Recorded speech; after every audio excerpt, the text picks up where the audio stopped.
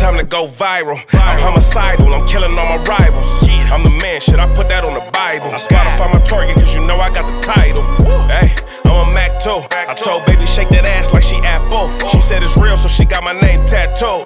House full, so I hit it in the back room. Baby said she needed now, peep the urgency. I want a little Kim before she had the surgery.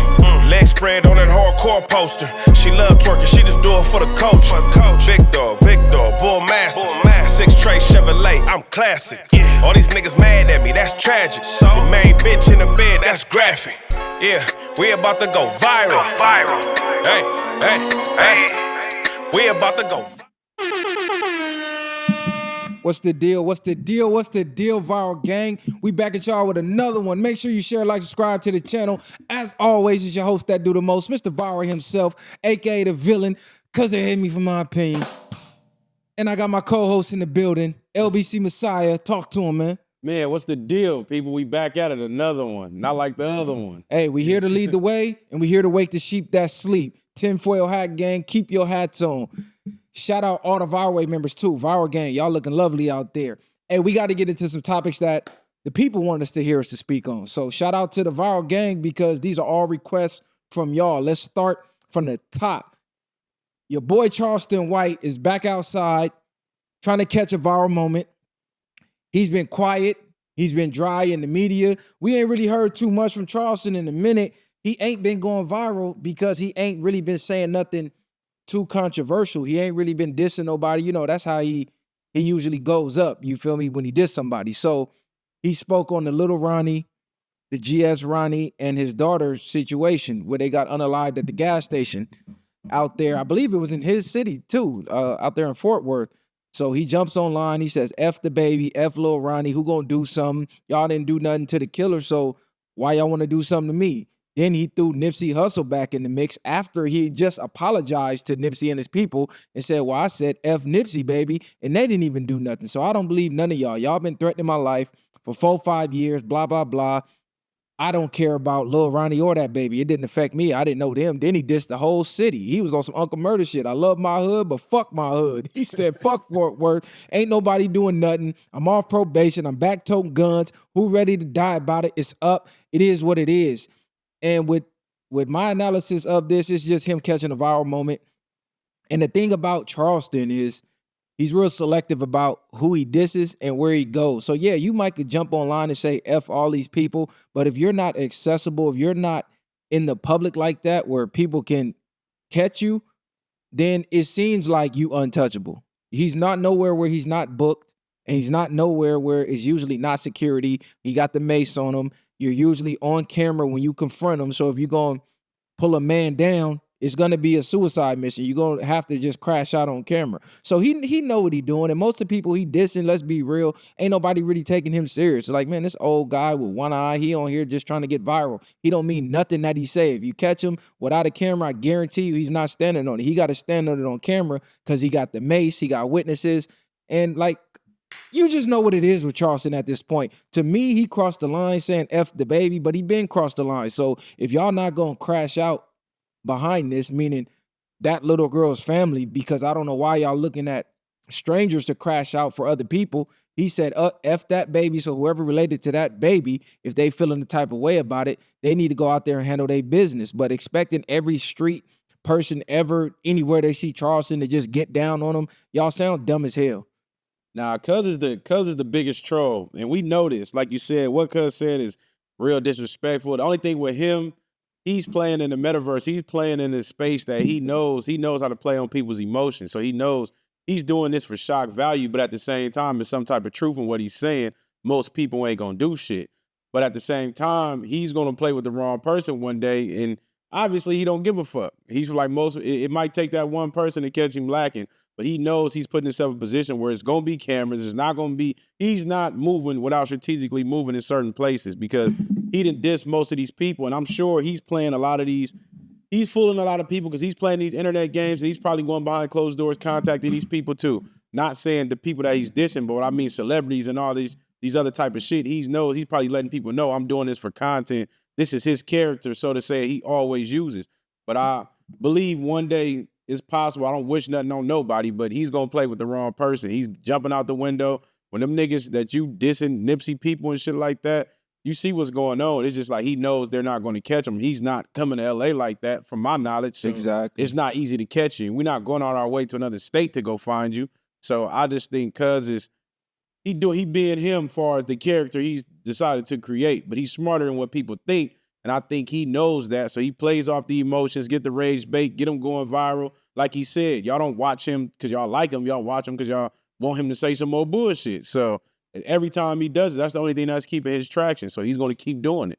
Exactly. And it's like a facade. It seems like, oh, he's talking to the most gangsters people in the world. He's dissing rappers who are not going to ruin their career and crash out and ruin their lives behind Charleston. Most of them people take him as a joke. Behind the scenes, most people think he's funny. When he be running into these same people he be dissing, they be taking pictures with him, taking videos with him. We seen him with 600 Breezy. He was saying F King Von. He went on the F King Von campaign, Charleston did. Then ran into 600 Breezy, who's connected to Von. He knows Von. They hoods clicked up. They get along. He knew Von, and he didn't do nothing to the man. He said, man, he met him. He was an old-ass man. He wasn't even tripping like that. So the fans are tripping off him more than the actual people, because if you actually have a brain, you see what he's trying to do. He already told you what he's doing. I'm on the internet playing. This is a character. I used to be an activist. I don't give a fuck about the community. I figured out that it doesn't pay off. When I was really out here going to these meetings, these council meetings and all that, I wasn't going viral. People wasn't backing me, they wasn't supporting me, and I was broke as hell. So I had to look in the mirror and say, well, shit, Malcolm died broke, Martin died broke. Look at every leader, Marcus Garvey, all these niggas, they all died broke. So what is the point of me trying to be some revolutionary? And when I die, my family got to do a fish fry to bury me, or a car wash. And it's fucked up when you realize, because he probably is one of them people that, like we always say, you trying to wake people up, and you see how exhausting that shit becomes because people just ain't gonna get it. And they not gonna give a fuck about you trying to help. A nigga, you could be doing all you can and people still don't give a fuck. So that made him probably just go into that I don't give a fuck mindset also. Exactly. And then you start getting online and just saying F rappers, and all of a sudden my bank account going crazy. All of a sudden they want to interview me. This is what they want to interview. They want to fly me out to interview me. Oh shit, I got booked out comedy shows. And it's like, well shit, I'm gonna just keep doing what works. This is paying the bills. I done paid my house off. I done got my wife a car. I done bought another house. I'm famous now. I'm streaming with Aiden Ross. So y'all literally created this monster. The same monster that everybody, oh man, he's going too far. This was getting them paid because y'all keep viewing it, retweeting it, reposting it, keeping them in the media. The man is banned from YouTube. He's banned from most social media sites, but he stays relevant because people want to keep traction on their platforms, so they're going to keep paying him to say the craziest things. Nobody even cares what he's saying. They just want to laugh and get a viral moment. So I'm sad to say that's what the culture has turned into. And anybody that is a content creator who taps into any type of content that he was doing as an activist knows, hey, this doesn't really pay off monetarily, meaning you're not going to get support from your own people. The very people you're trying to help is not going to support you. But the second you start saying, fuck these people, they start supporting you by hating you, which gets you paid. So that's what he's seen.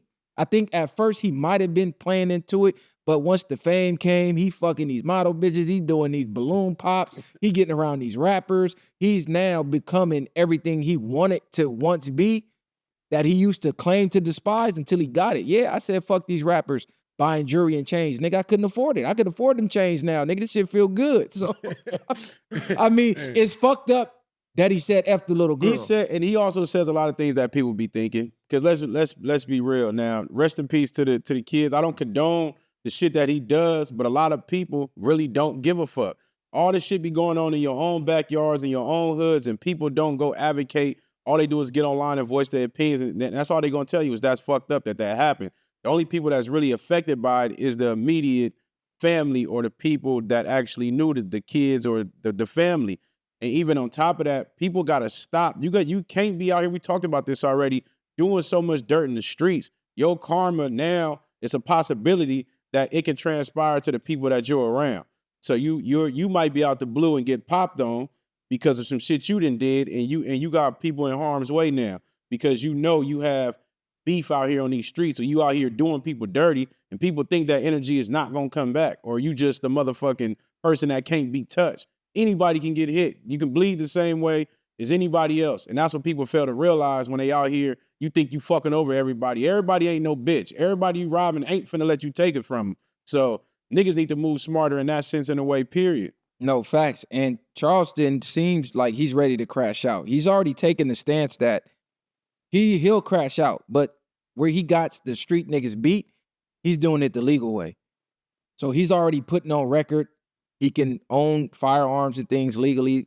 And he's already, you know, if you threaten him online, he's going to make a report to the police. So if he does ever see you and something transpires and he downs you and gets the best of you, pops on you, he's off scot-free because you're already down on paperwork as you already made a terroristic threat towards him. It's online, so there's the video proof. He already told them he's scared for his life, and all these dumb niggas jump online and say, when I catch you, it's up. I'm gonna kill you. I'm gonna do this. I'm gonna do that. So he's already laying the paper trail to get off on bodying your dumb ass. So if you really wanted to get cracking on him, you would never pick up a camera. You would never jump in front of a microphone or a camera. You would just keep that in the back of your head. And when you catch him, you catch him. I mean, the man is on the flyer every other day. So it's not like you don't know where he at. He'd have been caught lacking in the barbershop. He'd have been caught lacking in strip club sleep. So this is how he knows y'all just playing. The second you get in front of a camera, like I keep saying, you just playing or you just dumb, because that's literally evidence. Why would you ever say what you're going to do to somebody on a camera, upload it to YouTube, which uploads to the entire world and law enforcement, and then go actually do something that you said you were going to do on camera? You're an idiot or you're lying. And he knows most of y'all lying. Y'all don't want to give up this fame, this money. Like, come on, he know y'all rappers ain't finna do nothing.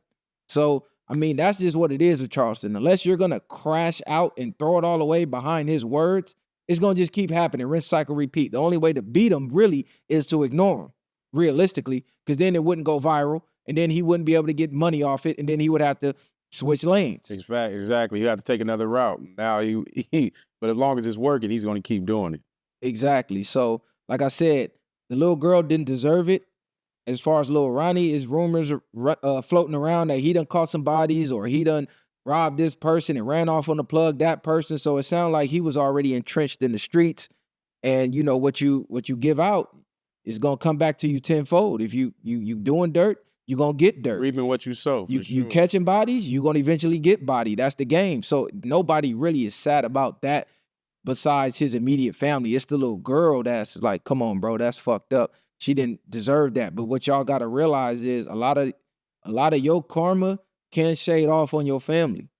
So it's fucked up to say, but you gotta look at it that way. The dirt you doing can affect your family. And it's weird because her mom got on that was the internet, crazy work. and it didn't even seem like she was affected. No, did you hear what she said? She said, I don't care. She basically said, like, in her sense, her daughter's straight, she getting the proper burial and all this. I ain't supposed to be sad as y'all think. Like, she down there seemed like she was celebrating. Like, so that was crazy to me. I heard she had a insurance policy on the baby or something like that. See, So she was getting some bread. That was one of the rumors, though. She was trying to say they going out in style and all this shit. Like, you act like, and that's why I be telling y'all people sometimes, I'm not gonna judge it too much, but for me looking at it, look like you didn't give a fuck, damn it look like you was happy. Who goes to party after you lose your baby and your baby daddy? Because they was saying that she might have backdoored her baby daddy. That's what I'm saying. And this basically, and it's like, you go party, I know it's different ways to mourn for different people, but who goes online and does that? You out there partying with your homegirls, and it's just and it's crazy because it's always our women. Then we see shit like this. Like, who does that? Any real woman that ain't any love for their child or the child's father, in my opinion, you're going to be somewhere shacked up under a rock. You know what I'm saying? Really right. Not even outside or trying to be outside. I'm not even going to want to be around nobody. And they're going to be fucked up. Definitely ain't thinking about getting on the gram. So Charleston has a point, even though him saying fuck the baby is fucked up. How you mad at Charleston when the baby's mama is on camera not caring, talking about, yeah, we got the latest designer this, designer that. She almost seemed like, okay, now her burden is gone because, believe it or not, a lot of women these days are looking at their kids like a burden. Like their kid is stopping them from living life. Like there was literally a mom who just killed her own son. She was like 400 pounds. She sat on him till he suffocated and floated away to the afterlife.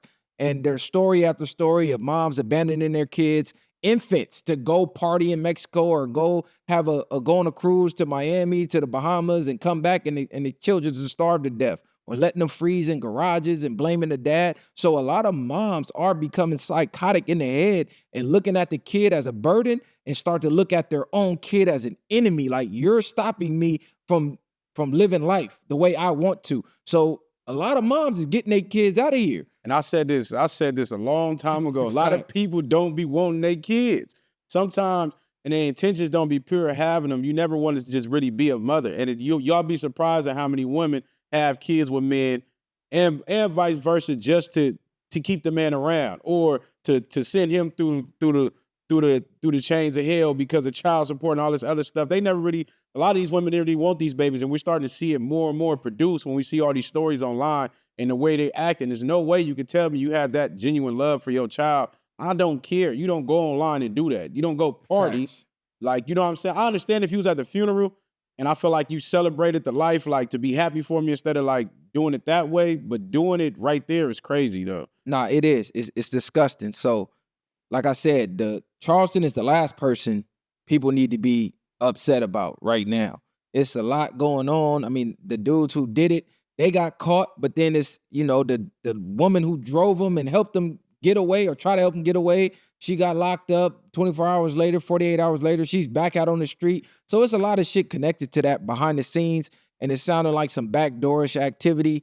And I'm not an officer, I'm not investigating, I'm just seeing what they put out online, and that's what we are reporting on. And y'all know these niggas was idiots. They said one of the niggas left his ID in the damn car. Who even take an ID to go slide on something? Goofy, taking phones and IDs to go slide. These niggas is crazy. Here you go, officer. It's amazing how many of these goofies left their phone at the scene of the crime, or their wallet or their ID. So these people idiots. They're not really thinking, they just acting on impulse, low IQ, emotional, acting like females raised by a single mom. Like, this is what society is turning into. This is why platforms like this is important, because we're trying to change the narrative of what it is to be a man and what it is to be a woman, and how to conduct yourself properly as a black man and as a black woman, so these situations can stop occurring and these idiots can stop representing us as a culture. Because kids is always off limits. It's like, we understand the streets is the streets, but sometimes you just gotta bypass that. How old was the baby? 5 years old or something? 5 like years that? old Like, is crazy. That's crazy work. Y'all just popped out and just started popping shots. Didn't care. So, you know what I mean? Rest in peace to that baby. And Charleston gonna keep doing what the fuck he do. Y'all know that already. So you can't even let that bother you when it come to him at this point. He's the mega troll, the troll of all trolls. So you know what I'm saying? either get cracking or enjoy the show. That's just all I got to say about Charleston. But to keep getting an uproar every time he say something wild, he gonna say something wild already. So either go see him and get cracking, or just, hey, enjoy the show. That's what it is. They ignore us, dumbass. Yeah, but you seen Wack 100 just went viral with the plumber. Oh, You see that? I seen that. He press cut. Okay, so Aaron the plumber gets into it with this dude named, I believe his name is Donut. I seen He a blood from out here, yeah. So woo. I guess he's security on one of the shows. Aaron get in his face, woo, let's get down. If you ain't gonna get down, stop talking to me. He turn around, Donut spit on his back, and he said, get bracking. So he like kind of wiped the spit off, and then Like you he see tried him to try to square square up. up, and then that's where the video cut off. But apparently he didn't do nothing. So we like, damn, we been seeing him getting cracking. The one time you gotta get cracking, nigga spit on you, that's life or death. You supposed to damn near lose your tongue if you spit on somebody. Or you slap a man, his hand need to be gone. You spit on a man, your tongue need to be gone. If not, your life. So he said that the plumber had a burner on him. He had the pistol on him. So Wack calls him. Dude's recording a phone call, and Wack going crazy. Yeah, nigga, you from out of town. Don't ever threaten us, woo whoop. Nigga, you only cost $1,500. Nigga, you acting like I won't turn your TV off. Luce, he talking to Luce. I believe Luce jumped in on the call, or he was describing talking to Luce, something like that. And he was like, yeah, this nigga acting like We won't knock his mama down, knock his kids down, whoever. We don't give a fuck, blood, woo, woo. Just talking crazy on the phone. He like, yeah, and I'm holla at Donut for not killing your ass. Like, he's just going crazy. Yeah, Aaron is just sitting there like, on bro. there telling him he still wanted to fade, but he like, I'm not pulling up now. You talking about killing my mama and shit. So this is just somebody pressing a button on a nigga that maybe feels like he's just getting his feet wet, but he's not necessarily tied to no street ties and stuff like that. So it's like you fucking with somebody that probably feels like they can fuck you over in any sense. Because for him to be running all these fades, there's no point in him turning that one down unless he really was scared of the blick. But even then, he was telling cuz you should have died about it. And somebody spitting on you, that's worse than everything else. Really that's like getting slapped, equivalent. That's worse than getting slapped. It's like, nigga put his saliva one of the most on you. Disrespectful things you could do to somebody. And then that's what you don't do. Never turn your back on somebody you're having a heated engagement with. You could have backed up any other way. You gave the nigga leeway to spit on you. And this is my thing. This is where the excuse of the blick is out the window because you was pressing him. You was up on him in his face and all that. So you wasn't worried about the blick then. And from the video, he didn't pull a blick out. He just spit on you, backed up and said, get bracken. So at what point did the blick come out? Because he really probably, even if he did have it on him, if he telling you that, he really probably just looking for a squabble. Because there's a lot of niggas who will put the burner down or hand the burner to their homie like, nah, you could get that. We could run that. But to me, you never know with Wack. This might be a damn play. Because who gonna get on the phone saying all that type of shit and then Aaron the plumber's just recording it to throw it up on the internet, and it's like, we never seen him this turned down. He usually turned up about everything. Two niggas there. He trying to line it up with the white boys and he taking flight on everything, and I ain't taking no L's, but he was talking nice as a motherfucker to Wack. So either you scared of Wack and his connections, or this may be a play. It could, and it's a strong possibility it could be content because who just wakes up, get the phone call and the camera rolling. You know what I'm saying? So it could be content. They know he probably he's been going, you hot right now. It's easy to probably convince you to make a bag. We can make a bigger bag. And you know, I got connects, you know what I'm saying? So this could be a ploy but that was the wrong way for him to do it because this could start being part of his downfall also. Nah, for sure, because he been the hero on the internet for the longest. He been rising. Yeah, they trying to find somebody to line him up. Hey, get 4 Extra out of jail. We want to see him fight 4 Extra. They both ain't turning nothing even down. with the show he was on, they damn near want him to have his own show. Yeah, right. Just for getting cracking. So with that situation, that's kind of a stain on his jacket. But like I said, with Wack, I'm looking at everything as content. You know, Wack is like content king, and it's all drama related. Everything be a play. So everything to me with Wack looks like content. You be thinking he beefing with these niggas, and then they be on the phone. Like you think him and Brick Baby is mortal enemies. They on FaceTime every other day, work at the same building. But on air, when I see them, it's this, and this. So everything look like it's a play with Wack. And Aaron the Plumber looks like he's doing anything to stay relevant.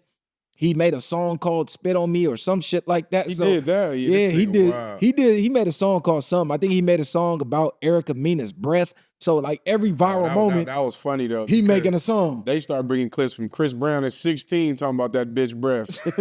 They had a gang of people like every time she had halitosis. I'm like, damn. That's crazy to be a bad bitch with stank breath. It wasn't even just him. It was a few other people. They like made a whole little video clip of her. I'm just like, damn, that's wild. Get that tongue scraper and get the back of that tongue. Stay with them Tic Tacs. What they say on the woods, suck, never chew. Get you some get that mouthwash gargle. You feel me? Yeah, you need Polar Ice. You need a packet of extra mint. And you gotta floss. A lot of y'all think brushing is enough. No, you have food lodged in your gums after you eat, and that meat rots and your breath start to stink, your mouth stink. So get up in the gums, like get up in there with that floss and dig the meat out. I don't even know how people walk around like that. You know you can taste it. There's no way.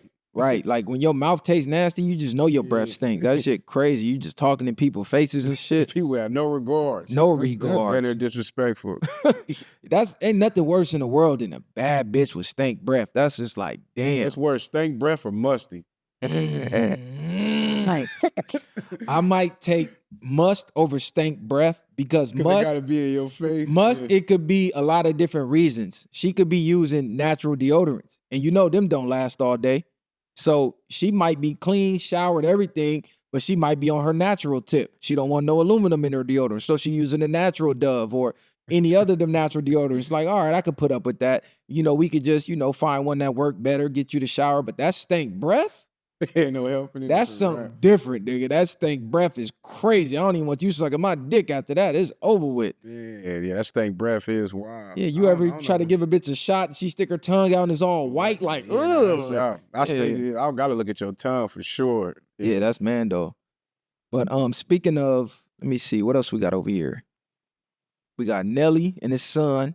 We got Iman Shumpert. He done got on a He trying rap to get track. on the rapping tip. Yeah. You think he doing it out of spite because his girl do music, or he just trying to find a new lane? No, I think he's seen Lonzo Ball, LiAngelo Ball go viral, and all of a sudden he's trying to rap. But you know, NBA players been trying to rap. You had Shaq, probably was the most successful. Yeah. You had Kobe was garbage. Yeah, trash work. Kobe, as good as he was on the court, Kobe was trash on the mic. We had a lot of basketball players trying to rap. Yeah, what's the name who actually reading out a rap? Dame.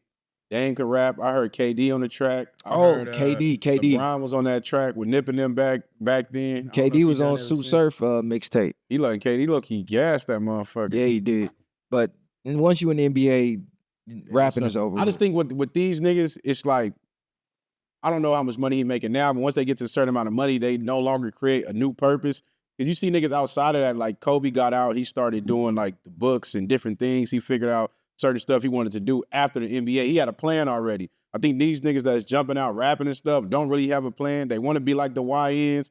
And Iman Shumpert, people liked that shit, but it was trash to me. Like, it was hot to me. I ain't gonna lie. He low-key was spitting. He was saying some things, but I didn't like the cadence of it. The beat was hard to me, but I couldn't get jiggy. He was spitting though. I ain't gonna lie. The beat was hard. He was spitting. Hey, you know who hard right now? Who's on a run? That's underrated. Who I've been listening to since DJ Clue days. Shout out to Randy Nichols. He is in his bag. You know how somebody reached a peak where nothing they could do misses? That's Ransom right now. So if y'all don't know Ransom, he's from New Jersey. He used to be a member of the A-Team. Him and Dave East got a project. I believe it's out now. He just dropped a new project. Man, this been in my playlist for the last, I say 24 to 48 hours. My favorite song off of this is Tears from a Third Eye, track number 1. This go crazy. Okay, so this came out. Tape, I gotta slap that. Yeah, so he dropped Cabrini Green. Fire. When I say fire, fire. They got a bunch of different songs out. So him and Dave East, the project is called The Final Call. And man, he's gassing. I'm not even a big Dave East fan. I like Dave East. He seemed like he's solid as a person. It's just something about his voice I don't like. Like his rapping ain't whack, but it's just not something I'm gonna listen to a whole tape. Like, he's cool on the feature. Nip fucked with him a lot. That's what really made me sit down and listen to some of his shit. But Ransom is in his bag. Like, he has the Dave East be spitting up. The Neo freestyle. I think it's the Matrix freestyle. I put it in the group for y'all, but that nigga that was one I listened to. That nigga's in his bag, bro. Like, he done unlocked a new level with the flow. Rand is crazy because he usually is a punchline rapper, but he been on some grown man shit. It's crazy, like we were just saying, all the old heads coming back out. These niggas back outside with their music. They probably sick of this shit. Shout out to Randy Nichols, cause I would like to see him and Joe Budden on the track. Cause they used to rap, then they had the beef, and then he went to jail behind the beef. But you know, he was a lot more childish minded back then. You see him, he got the girl, he got his kids, he talking about moving them to the islands. He's just in a whole nother bag, a whole nother frequency. And I'm fucking with it because I seen him from the grimy days, from the Jersey City days, from the Dirty Timbs and the bag fucked up t-shirts and with the Hitchcock outside days. So shout out to Ransom, cuz like real hip hop, we got to start shouting out real hip hop that don't get the shine. So shout out to Ransom and shout out to Dave East. Cause Dave East be keeping hip hop alive too though, low key. He be in his bag. They been on Jim, man, talking about his new album flopped. Did it flop? Yeah, they said that nigga got equivalent to $3,500, maybe less than that on streams. They been killing, cuz. Hey, but you can't. They say you did all that beefing with them niggas just to do that. I know you can't equate the streams, but god damn it. And I think 50 said, well, nigga, you did all that for $5? I said, that nigga crazy. You know, 50 been on Jim head lately. Because Cam was low-key on them niggas talking about, man, them niggas ain't happy over there. Like, you see it's all in facade. Like, And I guess they was just clowning. I'm like, damn, that's crazy. Like, but shout out to Jim because he's still doing what he do. But I'm just like, you might not be connected with the YNs as you thought. Yeah, he just dropped Hoodie Season, another video, 23 hours ago. It's at 92,000 views. Like I said, he dropped the Outside video, Meek Mill in the video, Eric Fab in the video, everybody in the video. How you listen to that Meek verse where he was rapping about his pops with the Nah, I didn't listen to it. Good went crazy on that. I didn't listen to it. Okay, Meek trying to get back in his old bag. Shout out to Meek. But Jim Jones, for some reason, is at odds with 50. And I find that to be odd because him and 50 linked up, which is what caused the rift in the first between Jim and Cam in the first place. Like, damn, you went and sided with the ops. Now 50 is cool with Cam and he's beefing with Jim. So it seemed like 50 just playing chess with these niggas.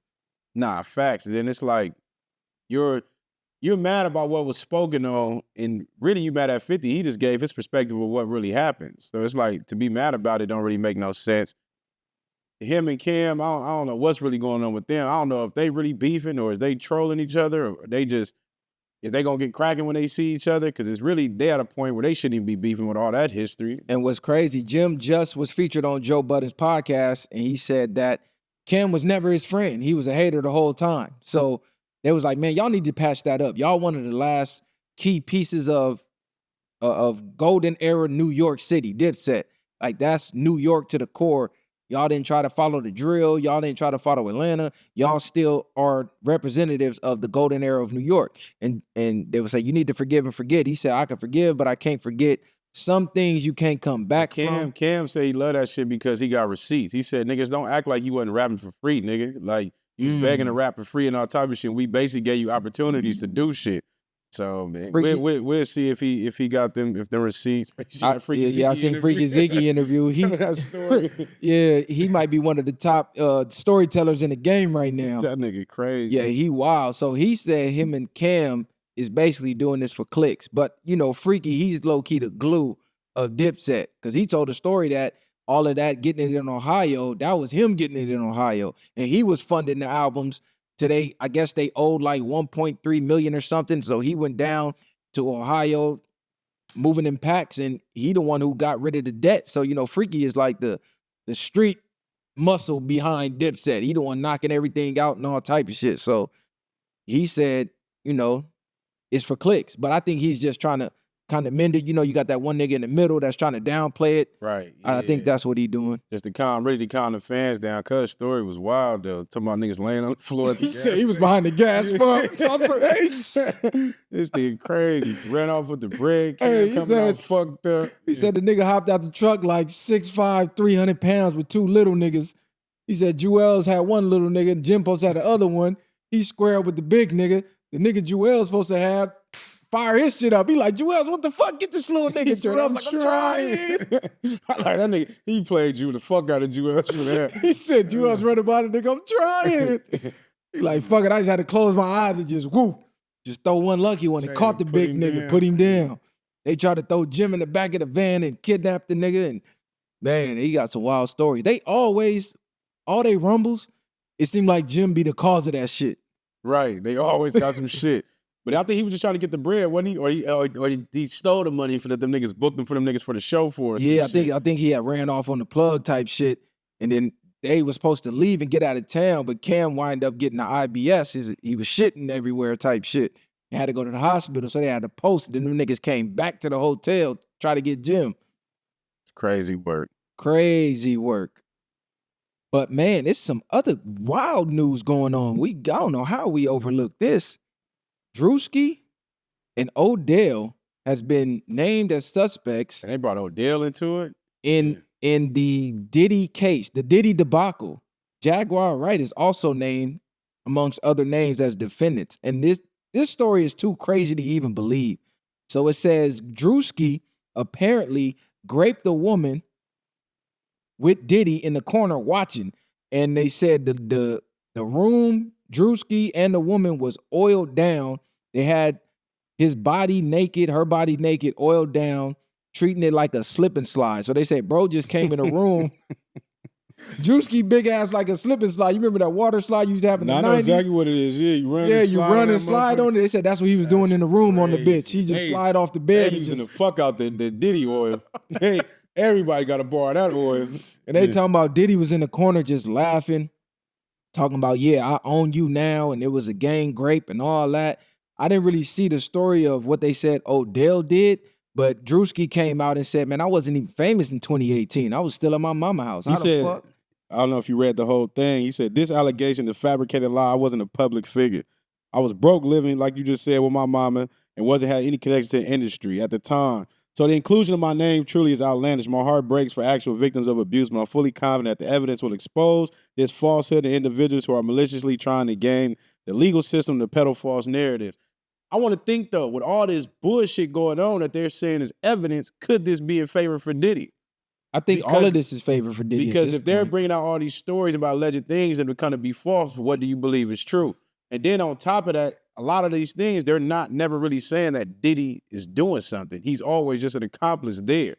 For the most part, he's watching, even, you know what I'm saying? Or he's providing the field to do it. Yeah, they basically paint Diddy to be a cuck in every situation where he just likes watching people freak off. So they said that they gave her a pill, and that's what kind of decapitated her bodily functions, and they turned the room into a big ass slip and slide. So Drewski, like, just think about the studio. We just put baby oil on everything. We just sliding on the table, sliding the bitch. Crazy shit. I'm like, God, this shit How you don't can't even even make sense. imagine some shit like that? Like, nigga, we finna make this in a slip and slide park. How many bottles of oil did this nigga have to use? Hey, how much? What type of baby oil is that? Because if you ever use baby oil, it's not even that slick like that to Bro, be they sliding getting everywhere. pounds of oil and you just pouring it out by the gallon at that point. To fill up something, I couldn't even think of how you could even do that. Like, what type of floor you had to have.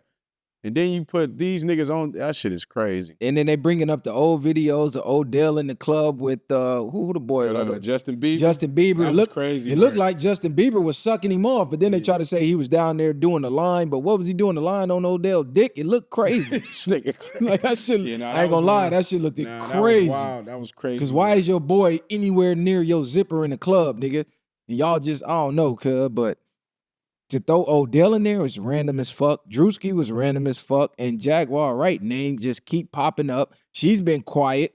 So what's really going on though? Because all this shit like we was talking about with the black men, once they start getting in positions, niggas is coming after you. And I say this all the time, when you get to the top, be prepared to be crucified. Because this is all I'm seeing now. Because even when you think about the Dr. Umar, you know what I'm saying? Now he's at a level, now they coming after his ass.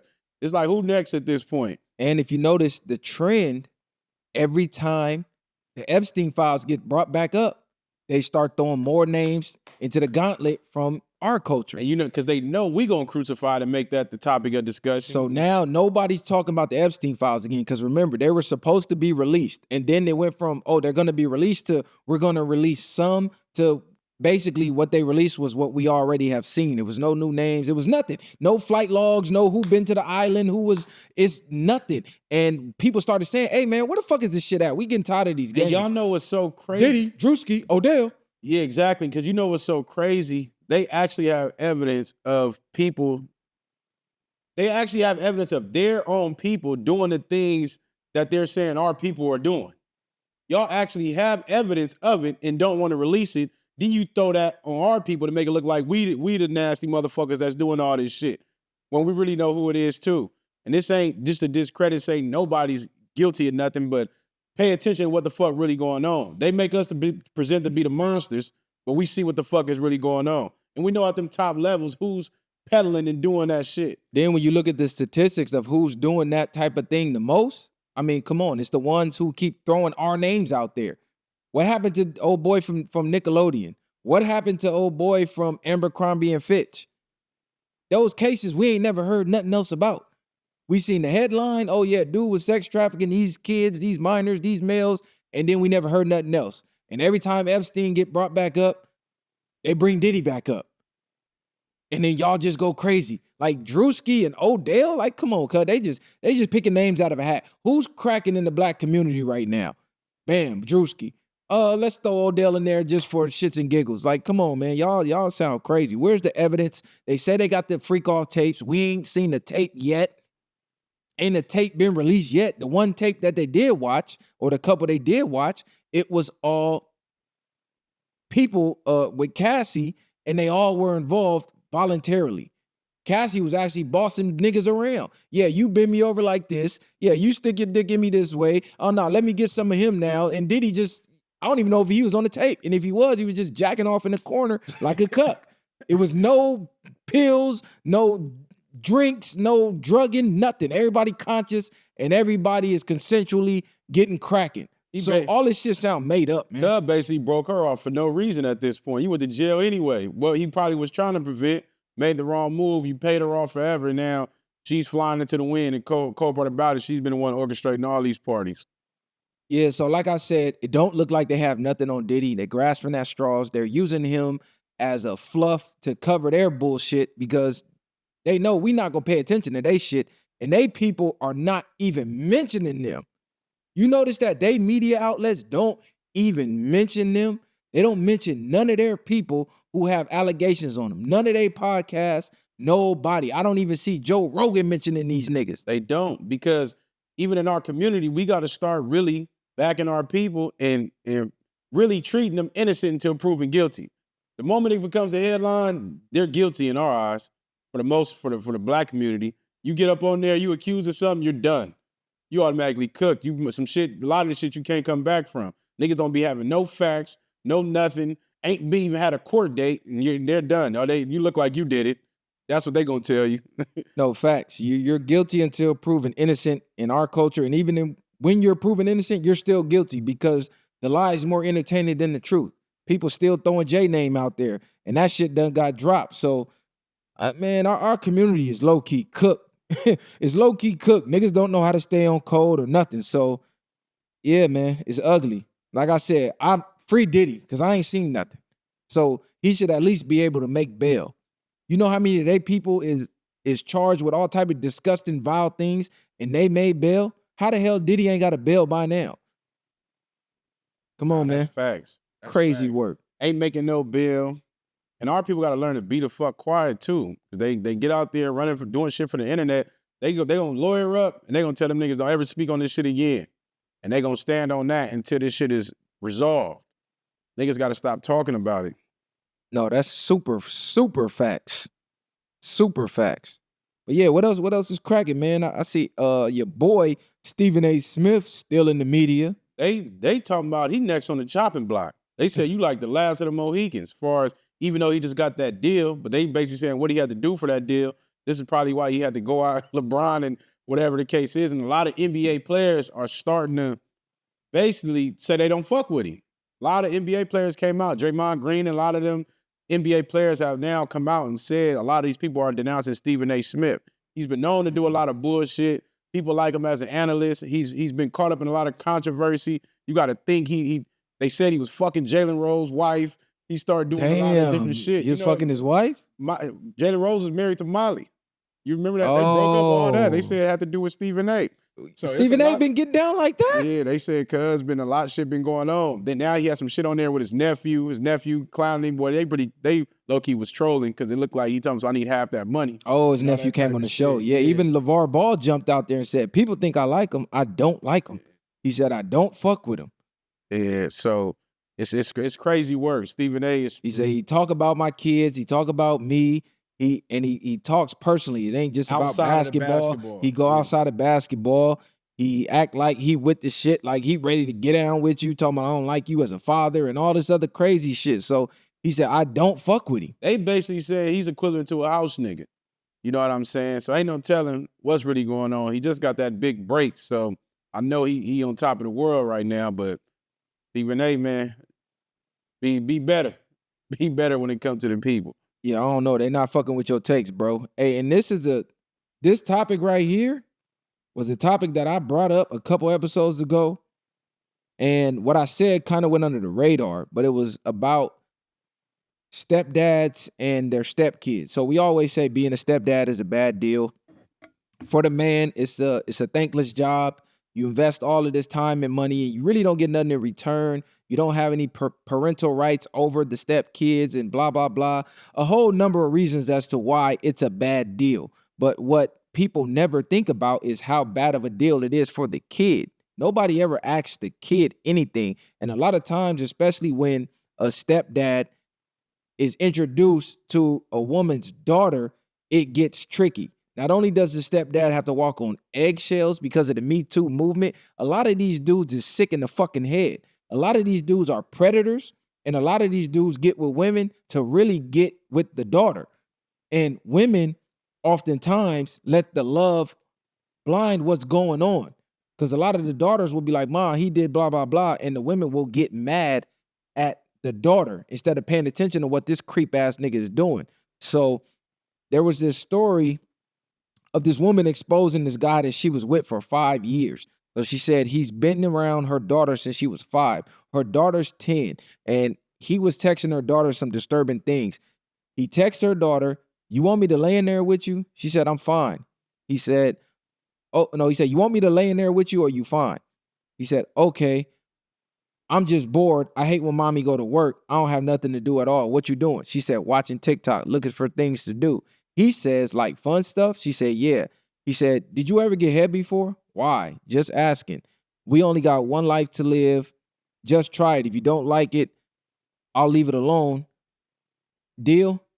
Okay, yeah. See, they mix it up because I have seen some other texts. Yeah, no, I know. I see some ones that yeah. one looked. The other one looked at more because this is the only thing I don't like about. This is one thing I don't like about some of these because on one of them I seen, if you seen the emojis on top of the number that was stored, she had like a throw up emoji, like a nasty emoji with his number saved. Then on that one it was a little different. So yeah, I seen another take, but I'm like, even based off these emojis, it was something. But even on top of that, I don't think like when you have a daughter that young, I don't think the stepfather even actually needs to have her number. You know what I'm saying? Why does he have a 10-year-old number? She has the father still in the life. You don't really need to, you already around her, but you don't really need to have her number. People can say, yeah, well, they living together. That's his daughter now. No, this is the thing y'all not understanding. He's watching her grow up. And now, like you just said, he's probably sick in the head. And this is why even when you date people, you really got to learn them and learn their backgrounds, learn their families, learn what type of characteristics they really have. People go just too much off of just your looks. The looks is something, but it's not everything. You don't know what type of person you're probably really dealing with. And now you see these niggas be waking up. He want to break her in because she young and vulnerable, whatever. And she's telling him all this and nothing kicks in his head. I don't even know how you even do that in the first place. To be brave enough to text the phone like that. And not even just brave enough, just crazy, like, what are you? Disgusting. You want to take advantage of a little girl for what, nigga? You 10, got grown pussy in the house. You worried about this 10-year-old trying to be the first nigga to break her in on some sick shit and destroy her motherfucking life. You already fucking up her head doing what you doing. Right, even and texting how does she having this long of a talk with this dude without even, I'm glad she let the mama know and the mama actually chose to believe her, but it's just like, why even go back and forth? He been making you uncomfortable, but like you said, sometimes they don't want to speak out. Either they're afraid or they don't want to speak out based off of how the mother will react. She might have not wanted to trigger him because she's in the house alone with him. So she's probably in her head, let me just play cool and just tell him no nicely so he don't bring his sick ass in his room. So they had the messages mixed up on this page I'm looking at. Because he asked her, did you ever get head before? She said, why? He said, just asking. She said, no, because I don't like boys. Well, he says, getting head is something girls and boys do. It's just when a tongue is going up and down on your vagina. Mind you, she's 10, this nigga grown as hell. Because he said, he said, I'm not trying to get you to like boys. I'm just trying to give you some head so you can know what it feels like. It's just my tongue licking your stuff. Do you want to try? I won't tell anyone if you won't tell anyone. If you don't like it, I'll stop. She says, I don't really want to do that. He said, come on, give it a try. I'll do whatever you want and get you whatever you want. Don't be scared. She said, no, I don't want to do that because that will make me feel uncomfortable. And I'm only 10 years old. I'm not fully an adult. So no, he says, it's not going to make you feel uncomfortable. You're going to be doing it soon, but okay, I'll leave you alone. Just let mommy know you be watching nasty and just let mommy know you be watching nasty stuff. She said, but I don't watch that stuff anymore and I don't like that stuff. It's nasty and I just want to chill. I don't want to do stuff like that because it makes me feel weird and uncomfortable. He says, we only got one life to live. This nigga's sick as fuck. Yeah. And if you don't like it, I'll leave it alone. She said, no. Now she started pressing him. Please stop asking me. Just ask mommy. She is an adult. You can ask mommy when she gets home. See, this interaction sounds weird. Nah, to me. but This don't sound like a damn 10-year-old. Nah, it don't. But this what I was telling people, like, we were talking about that before. I said these kids be in 5th grade now watching porn and all that shit like that. So I was saying is now you have to really, that gave him maybe the outlet to think he can work his way in there if she's curious. So if he had to talk with the mama about her watching nasty videos and think like that, in his mind, he's thinking whatever some sick shit he's thinking she's into that. And now he wants to break her into it himself while the mama is gone. So yeah, it sounds like the mom caught the daughter watching one of the videos, those type of videos, and probably came to him for advice about it. And in the back of his mind, like you said, the light bulb went off. He like, oh yeah, she watching that. Cool, I got one. And he thought she was gonna be with that shit. And I don't know if this is necessarily the 10-year-old texting him back or this is the mom on the phone, because maybe the mom got a hunch after that conversation, like, I really don't like what he said during that convo. And maybe the mom is texting back just from the daughter's phone and getting him to say, to keep the conversation going. Because like I said, some of these things doesn't sound like things a 10-year-old would say. It sounds like maybe the mom acting as the 10-year-old. I don't know. But, these kids, they are advanced with the way they talk with these phones now. But whatever the case, if it's the mom or the 10-year-old, he crossed the line. And like you said, women don't do background checks on these niggas. Stop bringing these men around y'all kids. The second y'all meet these niggas, fuck them one time, fall in love, and now you moving a nigga in. Or you moving in with the nigga. This happens way too often. You don't know these guys. And you got to be way more meticulous if you got a daughter. No man should be living with you, number one, until he meets your baby daddy. I don't give a fuck if you with him or not. You bringing another man around another man's daughter, that man needs to meet her father and let her father feel his energy out. He can't tell you who to date, but if you bringing somebody to live around my daughter, yeah, he need to feel my presence, period, point blank. Even on top of that, too, these kids be knowing, too. These kids is good at reading energy, too. So still trust sometimes what your kids got to say in the comfort of how they is in your home, regardless of whether you choose to do or not.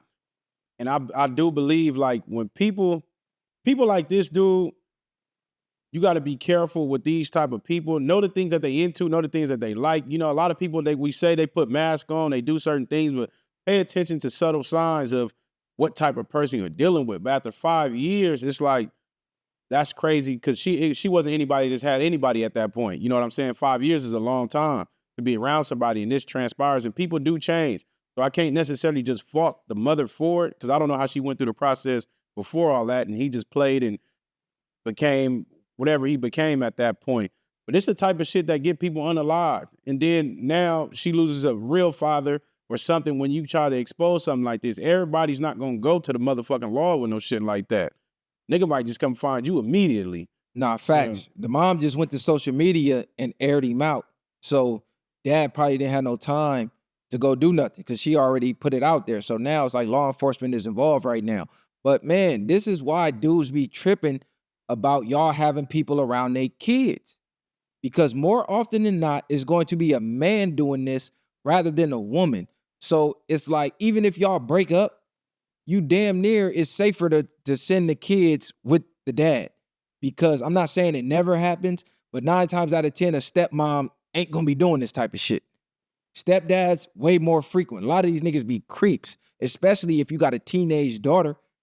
What you old news at that point. She's fresh.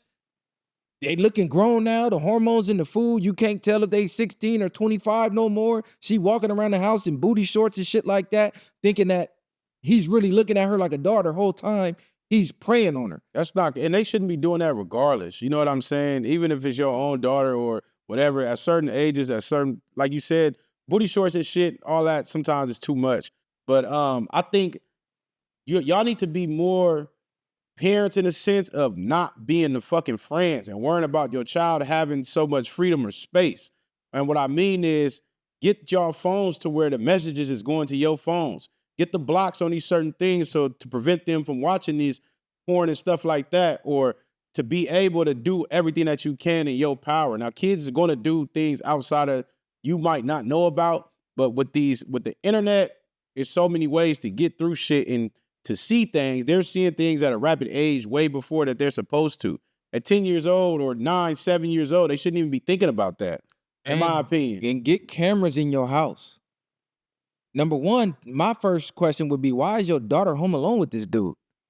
But she trusts him as she trusts I him. know. At 5 years, I'm not going to say why at that point. I get it, but to me, I'm never that trustworthy of a man around a girl. First of all, me as a man, I don't care. I would never date a woman with a daughter, number one.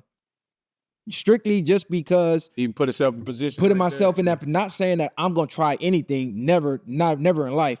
It's you can discipline her for not doing her homework, for not doing her chores. All she gotta do is just tell her mom you touched her and it's over for you. You got a case, you gotta fight that, it's a wrap for you. So I would never even put myself in that position.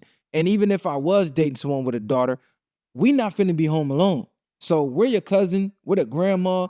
Because I'm not finna be home alone while you at work. Like, it's just not happening, bro. It's not gonna happen for me. So the fact that you were that comfortable to leave him alone with your daughter, and why does he have her number? Like you said, why the fuck does he need to text your daughter? Or if he does, it should have been in a family group chat.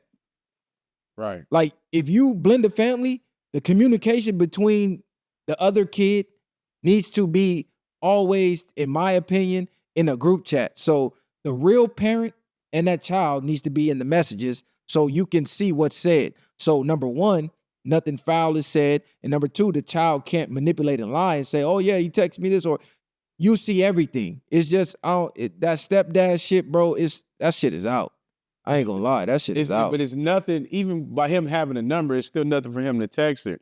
She should have just been more smart enough to even just shut all that down. I can't really, I'm not blaming her, but the mama, you got to lace your kids in a sense to every type of thing that possibly can transpire. It's hard to talk to kids about things, but it's better to have them be aware than not, for the most part, in my opinion. The 10-year-old actually did good, in my opinion, if that was really her texting, because she told her mom. Most kids won't tell the parent because they're like, oh, you're going to get mad at me, or they afraid of repercussions. So a lot of this stuff goes on until dude actually violates the child, and then the child's ruined forever and really doesn't want to tell anybody, and you wonder why your kid is different now, and you don't realize they just got violated and they're afraid to tell somebody because they don't want to get judged. And like I said, a lot of parents blame the kid. Believe it or not, a lot of moms will blame the daughter for getting violated, like, oh, you caused this, or what did you do to make him do this? So it's fucked up. It's a fucked up situation. And on top of that, there's some women that are still allow it to go on and knowing it's going on just to keep the man around. Exactly, and won't say shit. So thank God nothing happened. Dudes like this, it's no coming back, bro. 10 years old is crazy. 10 is nuts. And like you said, a lot of this shit we talking about, they like be degrading these other countries and in these low places and stuff where they come and do you in front of everybody. You know what I'm saying? That's what need to happen. Because if you know those are the consequences, 9 times out of 10, the whole city comes see you, and the accusers or the people that you abuse get to do it to you. Niggas, it's gonna be bad. Niggas are gonna be treading lightly for sure. Yeah, people like this is no saving. Once you are attracted to minors on that, like 10 years old, they ain't even hit puberty yet. So this is a pedophile in every sense of the word. You're a pedo. It wasn't even she was 17, but she looked 27. And no, nigga, she is 10. It's no overcoming that sickness. Dude like that, you got to drag to the middle of the street, stone his ass. Let the whole city stone his ass. Put him in a tire, light him up.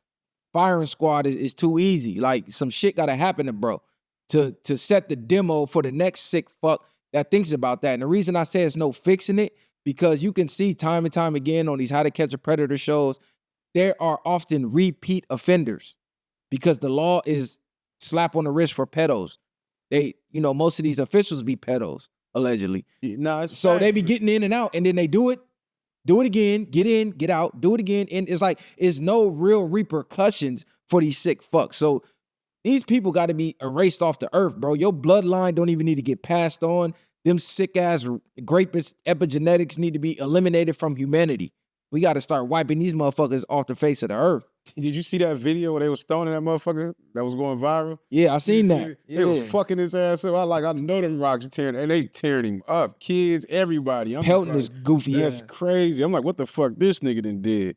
Only place for a rapist is a graveyard. Only place for a pedo is a graveyard. Why waste taxpayer money on imprisoning them?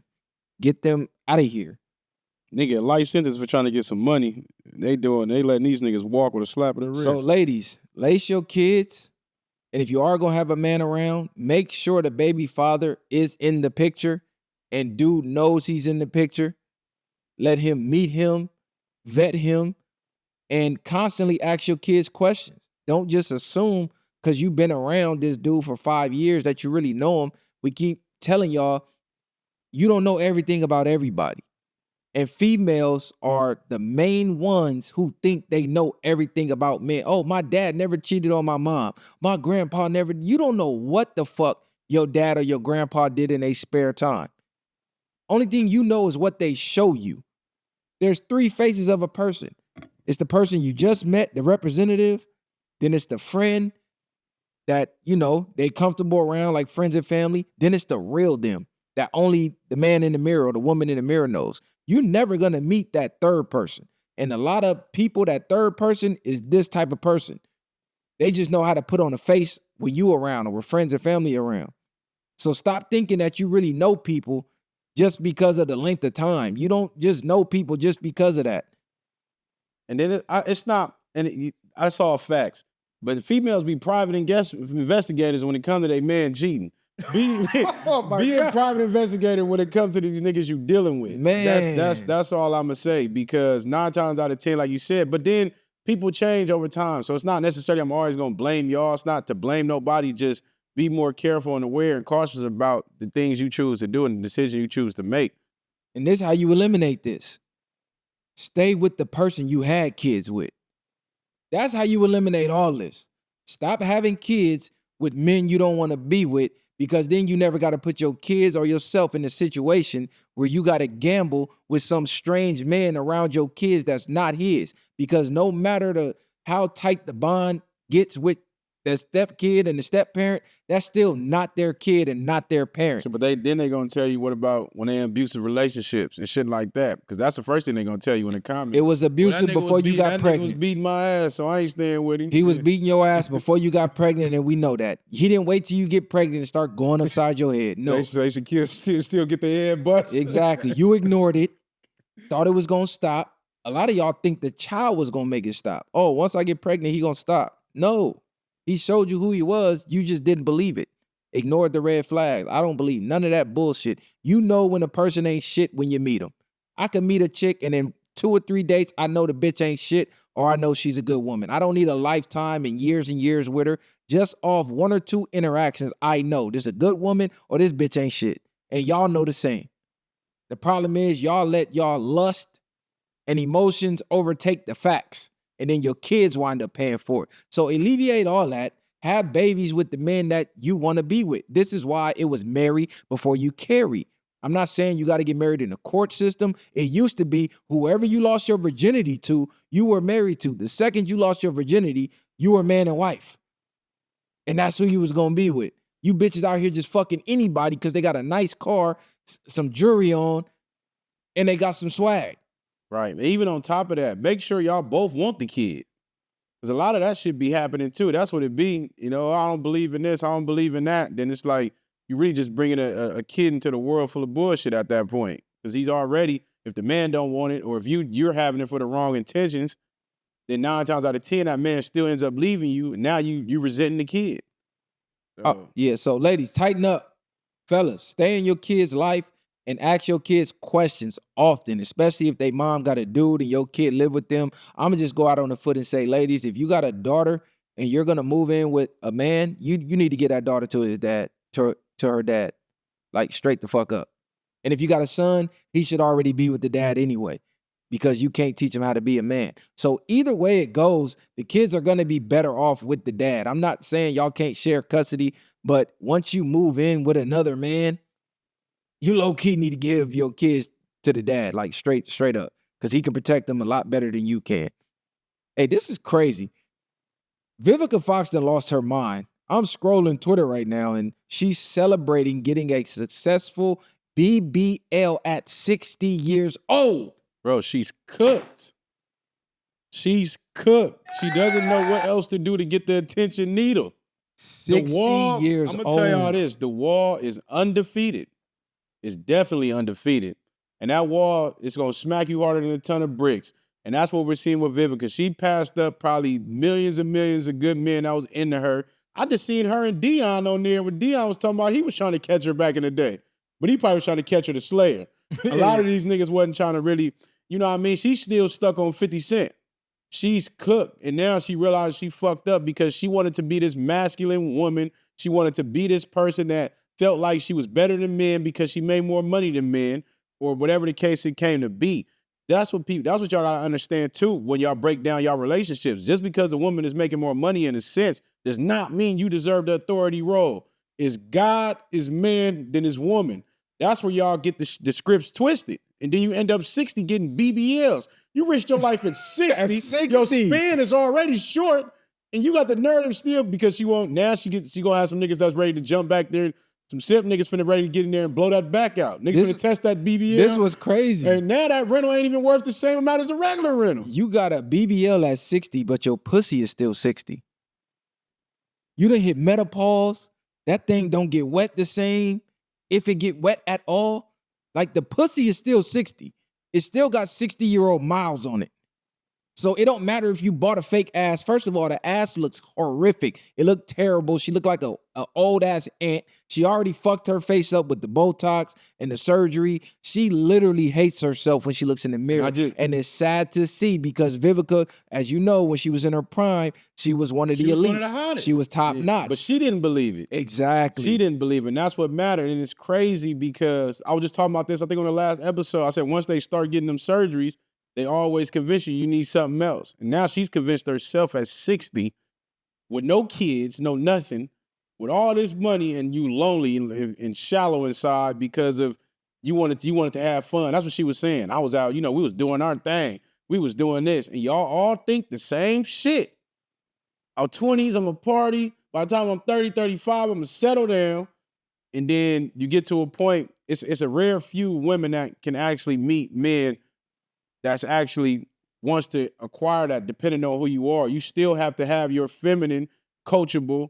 Maybe the mileage is not that because the chaotic cycleness of having so many men you done dealt with will eventually come out. And then you're going to end up like this. And we tell you over and over again, that shit ain't, you think it can't happen to you, it's going to happen to you too. The fountain of youth ain't lasting forever. And men, we get to looking younger at times. And as long as you working out, a nigga get his money up, he's going to be straight. This is why you see more men now, 60 years old. What's the nigga name? Was we with B2K or one of them? Whatever them niggas was, them niggas all getting young wives, 25 years old. And with all these older niggas is going back for the young women because the women their age are just, y'all didn't want them or y'all wanted to have y'all fun. And now you thinking, because come on, cuz. Listen, all the hottest in the game who thought that they were going to be the exception, how many you got to watch turn out to not be the exception to realize, hey, I'm not going to be the exception either. I don't care how hot you are, the hottest and the hottest and the hottest of the world. You're going to get old at some point and you're going to be marketed out of the game by the guys that you want. Look at Amber Rose right now. She's like, man, fuck feminism. But the whole time she was like, yeah, girl power this, girl power that. Be a hoe, be a slut. Yeah, that being a slut at 60 don't work, right? Look at Vivica. She's spiraling. It's over, bro. She is supposed to be a grandmother right now. She's supposed to be sewing and cooking and having the grandbabies over so mom and dad can go have a date night. Like she's supposed to be doing shit like that. She's getting BBLs. She's still out here looking for a man at 60. At 60, I'm ready to date now. Lady, hang the panties up. Lady, you finna get ready to pick out a plot in a memorial. It's almost over with. You blew it. What you need to do is be going on a press run telling women, don't do what I did. Don't fuck up like I did. You know what somebody said? Is this Kevin Samuels energy waving over her? Look like Kevin Samuels still winning from the grave. That's crazy. Because you laughed when he died. Now she done. Now look at your ass. You almost killed yourself and joined him in the afterlife to get a bigger ass at 60. How the fuck is that going to help you get a man? You walking around with 2 cement bags at 60, thinking somebody want to bend that over all the goddamn cobwebs on that put. Like, Have a seat, Vivica. Somebody gonna hit it. She gonna get a year up out of that. Have a seat. And destroy his insides even more. And that's what people think too. Is all about. The looks ain't always gonna be about that. You know what I'm saying? It's gonna be where your heart, where your soul at. The things that more men actually care about when it comes to the right woman that they want. And a lot of women think they're overqualified for certain men. When you're not. Y'all delusional. The men y'all want don't want y'all, and the men that want y'all don't want. When that's really your bracket. You think because you got ass that you better? We see the shit. We seen it time and time again. Bitch went and got ass, now she thinks she deserve a $500,000 making nigga when you still ain't shit. Because you got a fake ass. Bitch, what? You got a fake ass and you asking for real money. Make that make sense. Understand, all attention ain't good attention. Because a nigga want to fuck don't mean he want a wife. And if you got a nigga that's ready to wife, you better lock on to that. Because 9 times out of 10 is the more y'all getting up in that rank, it's gonna get ugly. You gonna pass up on it. You probably pass up on 10 good niggas that you overlooked. The nigga that was giving you the energy in the text and you want to one word the nigga. And the nigga that ain't giving you no energy, you giving them all your energy, proving yourself. Instead of the nigga that was really trying to do everything that you was looking for. God can slap some of y'all with it in the face and y'all still won't accept it. This shit is crazy out here. Listen, y'all better go watch these Red Pill pods. Y'all better go watch our old Battle with the Sexes episodes. Y'all better go watch old Kevin Samuel streams and take notes. The women y'all following don't know what the fuck they talking about. Do you want to be 60 getting BBLs talking about I'm ready to date? Bitch, it's over. Sit down, knit a sweater, and go to bed. It's over. You walking around smelling like Ben Gay talking about I'm ready to date. What? Man, if you don't have a fucking seat, you can't even put your legs behind your head. Your shit cracking. Man, come on, cuz. Relax. You fuck around and pull a muscle trying to get in doggy style or something. Bitch, sit down. That shit is over with. And people be thinking like, well, I deserve this, I deserve that. You are here to be an asset to a man. Just don't forget that. That's what y'all be forgetting. And then y'all be wanting these roles to be reversed. But then y'all deal with certain niggas. You're under a man's program. That's the best way it's going to work for you. You might get the few niggas where y'all can do whatever the fuck y'all want, but that's the nigga you don't want to be with. Exactly. Yeah, you go bag and tag the nigga with the money. I mean, that's cool too. If they willing to give it to you, take it. But if you trying to be a wife, stop fronting like you're not. If you want to go out here and get flown to trips and pop your pussy until it ain't no end and enjoy your run until that wall hit, do that. I salute that too. But don't be on the internet crying like you wifeable at that point. Vivica, you're cooked. It's over. Yeah, have a seat. Remy Ma also cooked. Have a seat. Blew it. She run around crying, talking about, yeah, Easy said I'm a side chick, and that pussy blew out. She's the biggest goofy in history. Biggest goofy in history. And you had the most faithful nigga in the world. You had everybody. You had the streets. You had everything. You had the streets. You had the loyal nigga. You had the family. He was accepting of your kids. Took care. Like, she blew it. She's the goofy of the decade. Yeah, fuck the century. Nigga, she's the goofy of the decade. God damn. You left Pap, who held you down in jail, to go be a side bitch to a battle rapper who Pap knocked out. And the nigga left you. And he left you. Now you stuck. Crazy stuck work. On stupid. Now you finna run into the wall. Crazy work. See, y'all, you following these women? They don't know what the fuck they doing. Out of control. And you see your boy just released an apology letter to Black Sam. So Rockstar 2800, after he went on his press run talking about Black Sam got to catch his fade and this and that, and he didn't like the way he was handled. He could have crashed out. All the bullshit. He calling in, pressing Ruckus at no jumper, and now that the adrenaline wore off and the viral moment kind of wore down and it's on to the next story, he's stuck with the words that he put out there in the media. So he realized he put his foot in his mouth and he's trying to double back. So he released the whole statement. It sounded like something that either a publicist or ChatGPT or somebody wrote. It didn't even sound like he wrote it because he said on behalf of Rockstar and Smut Free TV, blah, blah, blah, a bunch of other bullshit. He's trying to get back in the good graces of not only the public, but Black Sam. But he apologized for working with Wack 100 because now Wack has went on a public fuck Rockstar campaign. So now he can't double back and do content with Wack. Now he can't go do nothing with Rockstar. It's just him on the island by himself. He like, fuck, I chose the wrong side. Now the public is completely turned against him. Everybody he was doing content with turned him into content. And now he wants to apologize. It's too late, bro. And nah, that's facts. And this is why we stand on when we tell y'all viral way or no way and pick a side and keep it there for whatever you want. Because 9 times out of 10, like Black Sam showed, he's not letting niggas pick a side. And if we have to put you in the middle, you're going on the other side of the fence. And this is where emotional intelligence comes into play. Because we see this time and time again where we say most of us in the streets are really emotional, be just emotional, mad niggas out here.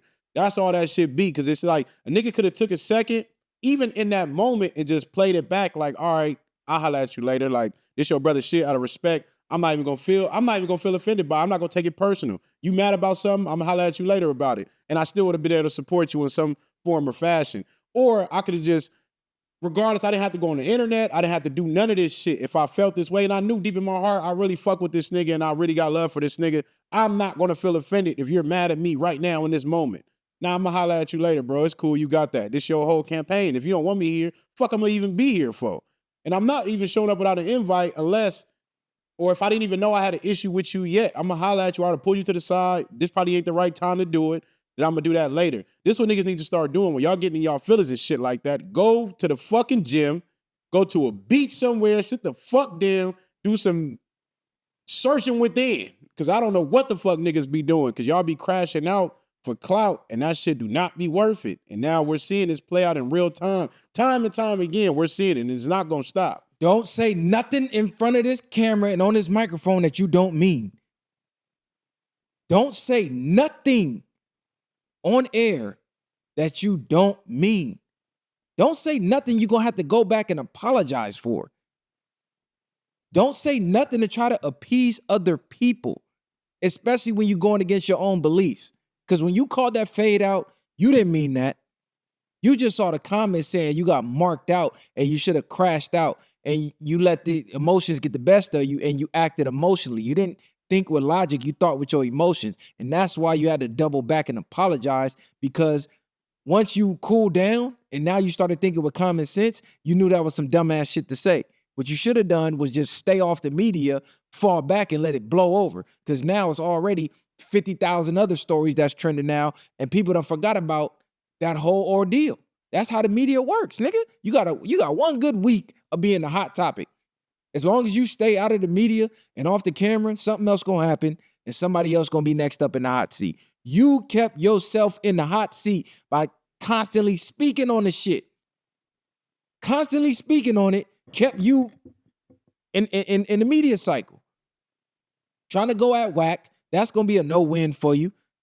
Number one, you begged him for a job. Number two, you asked him for too many favors. He had too much dirt on you, so you should have just left that alone. It would have blew over. But to go back and apologize after you called out a fade is crazy. Because calling out a fade, that's serious, bro. That means you threatening my life at this point. You damn near threatening my life, because a fight could end in me falling, knocking my head against the concrete, and maybe never waking up. So we look at a fight like, oh, we all just gonna walk away from this after this. But plenty of people that died in fights. So you damn near threatening my life at this point. And to turn around and then apologize, and I'm supposed to be your childhood friend, is crazy. A lot of people say, oh, friendly phase, nigga. I'm not the nigga we finna catch a friendly fade. Because if we fighting, I'm trying to hurt you and you trying to hurt me. It ain't no being friendly after that. We not in high school. We not in junior high. We're grown men. Grown men do grown men damage. So once we get down, we enemies, nigga. I'm not the nigga we finna just shake up after that. Because if we really homies like that, it shouldn't even got there. It shouldn't have got there, nigga. Either you drive away, I drive away, we talk later, or we could sit down and talk, or we just, like I said, we leave and then we talk later. Phone call, text, whatever. Once you feel like you over it and I'm over it, or hey, let's go out and get a drink and talk about it. But the second we have to get physical, we're not homies, nigga. I don't give a fuck. Because even a nigga give a nigga a fade, but 9 times out of 10, a lot of niggas can't just accept that fade and just be cool. Especially if you got the best of them. Most niggas are still going to feel a little salty up under there. And first chance they get, they might try some bullshit. But all a nigga really had to do was accept that moment for what it was and let it spill over. And if you wanted to address it in a better sense because it happened on the internet, like, I don't give a fuck what y'all talking about. Like, Black Sam, really my real, like, that's my boy. And it is what it is. We had a misunderstanding. I really don't even have to really explain this either. But just for that media, you could have spent it off that way because people wouldn't have looked at it too bad. It wasn't like nigga put hands on you like fists and shit. Niggas gonna clown you. That's what people gonna do.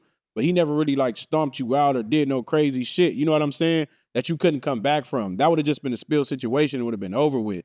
But now, in his eyes, he has to look at you in a different light now because of you went on a rant. He's telling you he watches the shit. Black Sam ain't forgiving that, bro. That's all I'm saying. You worked with the nigga who dissed his deceased brother. That's over with. We know how Black Sam feel about Nip. He still is fucked up to this day. Every time he start talking about him or his memories, he get choked up. And it's even worse because the nigga who did it's in jail. So now I'm forever feeling like I can't get the get back for bro. So in the back of my head, bro's resting, but he's not resting peacefully because your ass should be dead, nigga. Period. That's how Black Sam is gonna look at it, and that's how anybody brother is gonna look at it, who is as close as they looking at it. And as long as your killer's still alive, I can't sleep well at night, nigga. And it's crazy because at the end of the day, everybody as the world, we looking at Nipsey as Nipsey, as what we know. You know what I mean? Black Sam know him as Ermias, and he knows him by the things that they grew up on. And even if you hear him Nipsey music, he talks about Black Sam being a father figure to him. So just imagine how Black Sam probably looked at him as a little brother. It could have been further than that. You know what I'm saying? He could look at them like I raised him. So you never know what there is no excuse in how far Black Sam would take it for Nipsey. I mean, as far as in the sense of me looking at him wrong. Like I would see no wrong wherever Black Sam feel like he needed to take it for Nip.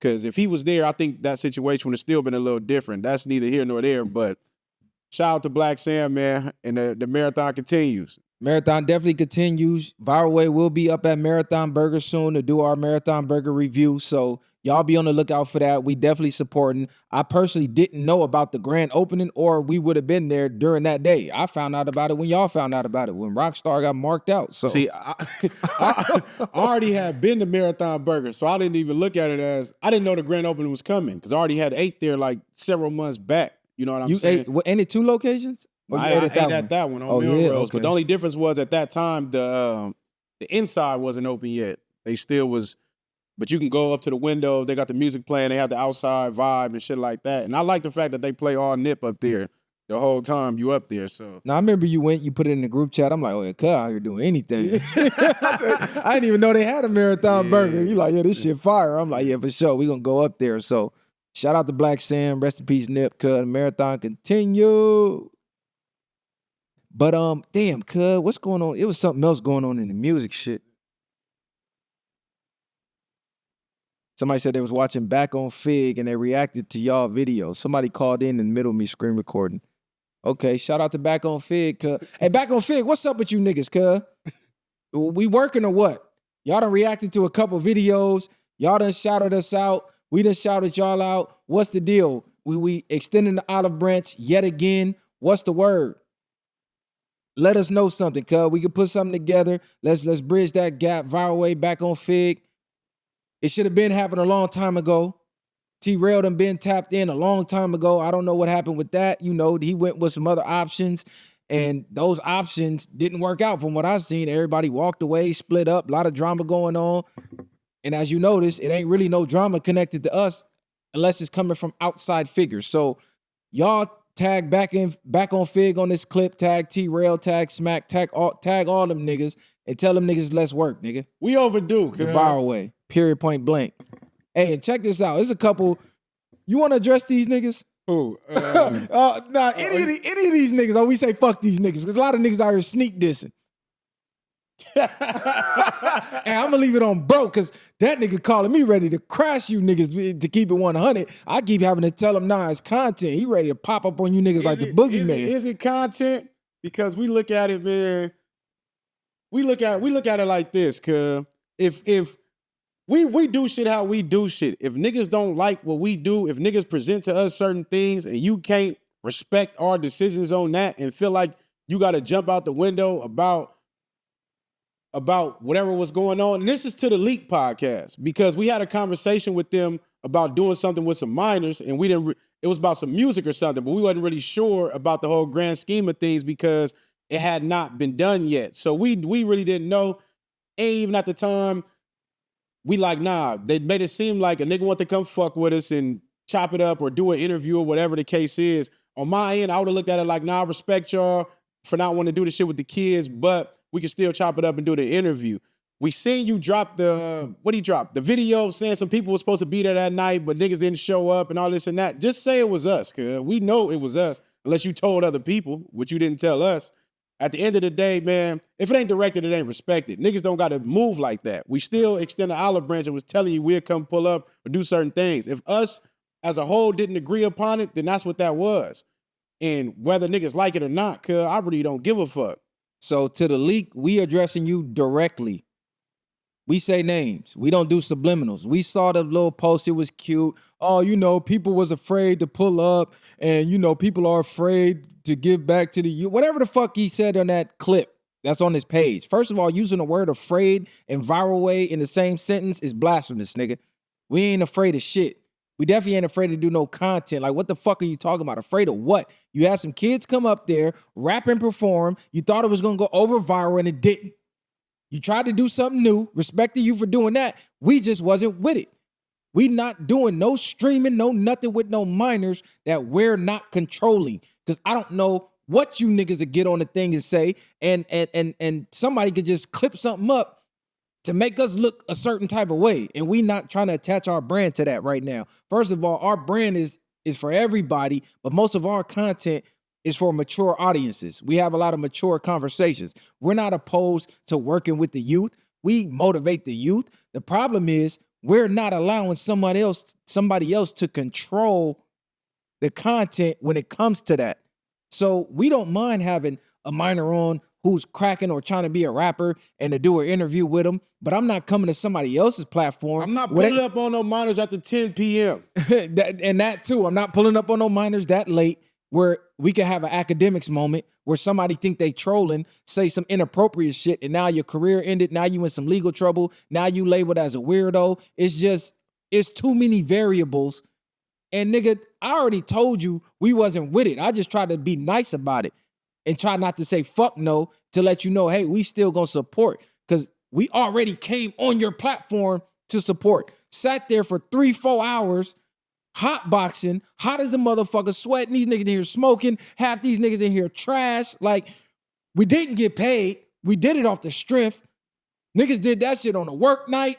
Got home 2-3 in the morning. Like, nigga, we showed you over love, nigga. So for you to react emotionally like that was some bitch ass shit. Especially when you got our numbers and we talking to you and told you respectfully, we not with it, but we'll still come through and show you love whenever you need us to pull through. So that was some whole shit, nigga. And what's crazy is, behind the scenes, people done already told me that you be doing whole shit. But I don't just listen to people. I judge a person by my interaction with them. So it's a lot of niggas behind the scenes already lacing me like, yeah, dude emotional. He be acting like a bitch sometimes. I be wanting to smack him, woo, wop, wop. I ain't gonna say no names because they didn't say your name. But I'm saying your name because you threw a fucking subliminal sneak diss instead of tagging us and atting us like I'm a tagging at you in this video. So even on top of that, it wouldn't even require no response from us. You could have just said what you felt when you was talking to niggas. And even acting like that, it's just like, then the next day, it was more so last minute anyway. So it really don't matter, cuz. It was unprofessional all the way, because I told you a week in advance when you called the first time, I'm like, look, bro, I ain't gonna lie to you. We probably not feeling that minor thing. I told you our platform is explicit, so we may not be feeling the minor thing. I said I'll run it by the guys and see how they feel about it. You said I'm gonna tap in with you in a couple days to confirm, because I'm not even sure we gonna do it or not. You never tapped in. I tapped in. I didn't even know if we were still coming, because you never hit us again. I hit you the day before, like, hey, what's the deal? What's the topics, bro? You hit me the day of, talking about, yeah, we got the minors, we doing this, we doing, like, hold on, cuz once I run it by the team, they like, nah, I'm not feeling that shit. You should have respected that, which is crazy, because everybody don't have to agree with what you want to do. If we invite you to do content and you're not feeling the topics of the content and you like, I don't want to fuck with that, I'll come fuck with y'all on something else, why would we get upset about that? Why not just respect our mind and respect our decision and be like, all right, that's cool. I still want to do the interview. You said fuck the interview. So the interview was deployed just to get us there, just to do what? Play American Idol for some little ass kids? which is crazy. Y'all niggas work. is crazy, cuz we not no industry niggas. But to even go out and feel like you had to still say something after about it, like you said, you still could have just hollered at us about it anyway, because we still spoke highly of you. Niggas didn't look at shit no different. I'm just saying, niggas was still cool. It was just like niggas wasn't fucking with that. And niggas, I don't know, cuz this the emotional shit we be talking about. It's that industry shit they be talking about. And we not industry niggas. You got my personal number. And I told you, anytime you need us, we'll pull up. Because I don't want to make it seem like we leaving you hanging because we ain't them type of niggas. We just not feeling the minor shit. We could have still pulled up, chopped it up about rap or whatever topics you claim that you had. I didn't see y'all talk about it. We could have still did the interview and everything. But it seemed like if the minor shit was out the window, everything else was out the window. So that lead me to believe that was just all cap, just to get us there, to try to get a clout moment with the minors. Man, just you niggas is crazy, cuz. Like I said, we ain't no industry niggas. Deal with us like real people. Next time, add us, tag us, or call my phone, because you got my number, nigga. Yeah, the viral way. It's another nigga. You want to address, cuz? Who? You know who. I don't. These fake fade calling out niggas. Man. you already, see, to me, it's no point for that because you already talked to niggas on the phone. I know it. Then niggas still went on camera and talking crazy. Yeah. I got to watch the video all the way because I know they was mentioning the homie, but I didn't really see. Oh, no, they did, huh? They did. I'm saying. Yeah. We accept all things. I don't understand this. I don't even want to play these games. I just, you know what? I'm gonna just move how we moving because I don't understand. When a homie, whatever y'all do what y'all need to do, we'll be there, man. I'm just gonna say that. Just call our numbers. Whoever feel like they got issues with us, we'll show up. I'm calling out names, cuz. ODM Slim. Stop saying our name and the word fade in the same sentence. You don't want to fade. You don't have nothing to do with what Brick and Tay got going on, because that's not no gang shit. Stop saying, oh yeah, he a neighborhood crib. No, it's not, nigga. He's a content creator. Tay Third's a rapper and a content creator. They were going at it over content. We got in it because he threw a sub at us over content. We keep telling you niggas, we don't sneak diss. We say names. Put a name on it. Brick said some funny shit about why you bringing Long Beach niggas up there, and we were the last Long Beach niggas up there. So obviously he was talking about us. He doubled back and said he wasn't talking about us. He was talking about Brandon, aka Uncle Ruckus. So we never said Brick name again regarding that situation. He clarified it wasn't about us. We left it alone. Whatever him and Tay Third got going on, they got going on. We never was involved because of that reason. We got involved because he said our name. Tay his own man. He the homie, but nigga, we don't hold no hands out here with this shit. If he got an issue with Brick, him and Brick could figure that out. But you trying to attach yourself, come on, cuz, that was a cloud chase move and you know it, nigga. That's why when I jumped on your FaceTime, you was nice as fuck, nigga. Don't get on the internet talking about, yeah, fades and this and that. Come on, cuz. You was cool, nigga. You was being nice as hell. I didn't call you pressing. I called to check the temperature. Niggas got to tagging me. Oh, ODM said he need a fade and woo woo. He on live right now. I get on the live like, what's the deal? It's all smiles and laughs. So I already knew it was content because you jumped out there on the camera when you could have just DM'd us like, hey, cuz, we need fades, neighborhood crib, woo woo. And it would have been that and nobody would have knew nothing about it. But since you wanted to make it content, let's make it content. We're not turning down shit. You know that. You know who we know. You be calling P Nice. Call P Nice. The same way that you call P Nice to set it up with Flacco, you could have called P Nice to set it up with us if that was that's what you wanted to do. Period, point blank. You didn't have to call P Nice. You could have DM'd me yourself. Or you could have told me on the live. Because I jumped on the live and told your ass, nah, you biased, nigga. You laughed and said, yeah, you right, I am, cuz that's the homie woo wop wop. I know what niggas trying to do, cuz content, I get it. That's why when I responded to Brick, I never mentioned the fade. I never mentioned the gang. I never mentioned no street shit. I said, this is all content.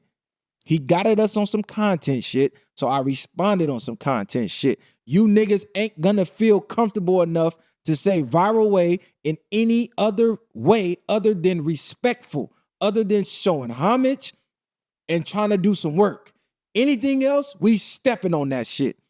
It ain't no disrespect gonna be tolerated. Niggas ain't just gonna be saying our names, thinking that they finna get a viral moment because you gonna go viral for the wrong reason. We're not industry niggas, nigga. So cut it out with this. You want to catch a back fade and all that. Knock it off, nigga. And even then, this shit, we not playing the content games that y'all playing. A lot of these niggas want to play content games. We're not playing them. And everybody's not attached to Viral Way. This is what you see right here. So expect that. And like he just said, we not turning down nothing. And a fade ain't nothing but a haircut is what they say. But at the end of the day, Viral Way or no way, man, we standing on everything we speak and what we say.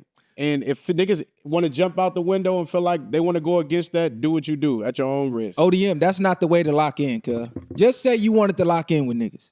We seen you over there with the homie Rios. We see you over there with the Ace Boys. You know we affiliated. That's not the way to lock in, cuz, with a fake internet beef. Cuz what you should have did was do what you really wanted to do and say, cuz, y'all niggas is hot right now. Y'all got motion. Y'all cracking. Nigga, let's work. That would have been a better way to approach it than oh yeah, I'm taking back fade. Back fades to what? It ain't even finna be no fade. Brick got 100 fades to line up before you get to Tay. So what back fades? Go run back fades with Wack and all the other niggas cuz got beef with who called cuz out for the fade. Cuz own homies was calling cuz for the fade. You gonna run them back fades too? Like, come on, cuz, stop it. Nigga, don't try to insert yourself in some shit you ain't had nothing to do with, nigga. It had nothing to do with the streets, because if it did, we would have never even made a response on camera. We from Long Beach. It's different. I don't know what you do in your neck of the woods. We don't do internet politicking, nigga. If we gonna politic, it ain't gonna be on the internet, nigga. Phone calls would have been made and whatever happened would have happened. So all this back fade, I want to fade talk. No, you don't, nigga. Stop playing. Stop playing, ODM. You 120 pounds, cuz. Stop it, nigga. Like, knock it off, cuz. Don't do that. I'm going to use your words. Nice as fuck, nigga. You was nice as fuck when I jumped on your live, nigga. So don't start talking gangster on the internet. And don't see this video and jump back online and start talking gangster and start talking crazy. You see, I'm smiling. This shit funny to me. I knew it was content from the jump. That's all you had to say, my nigga. We not these internet niggas. We don't got to play them games to go viral, cuz. You can go viral doing real shit. But like he said, cuz, just tap in, man. Viral Way or no way, man. But if you do really need that, it's just recreation. I'm about to go to the gym right now. That's free rec. I drop pins, nigga. We pin location where you in LA, we in Long Beach. We can meet up in the middle. We can meet up in where? Hawthorne, Carson. What's along the way, nigga? Anywhere along the way. Gardena, like, come on, cuz, stop playing, gang. You know, P. Nice House. I mean, shit, that's where you was trying to fight Flacco, right? We not Flacco, nigga. But yeah, Viral Way or no way. Y'all share, like, subscribe to the channel. Shout out to the Viral Gang. Shout out to all the Viral Way members. Viral Way or no way. Real, raw, and uncut. Best podcast in the world. Best podcast on the West. By far, is not even close. The Viral Way. Bang. Ain't no handouts, I did it from the ground up. In the streets, thugging hardest where they found us. Got a problem, nigga, watch my troopers mount up. My bitches bang too, and you a lame though. You niggas ain't outside, yeah, we came through. You want your lights up, we put you on the shade.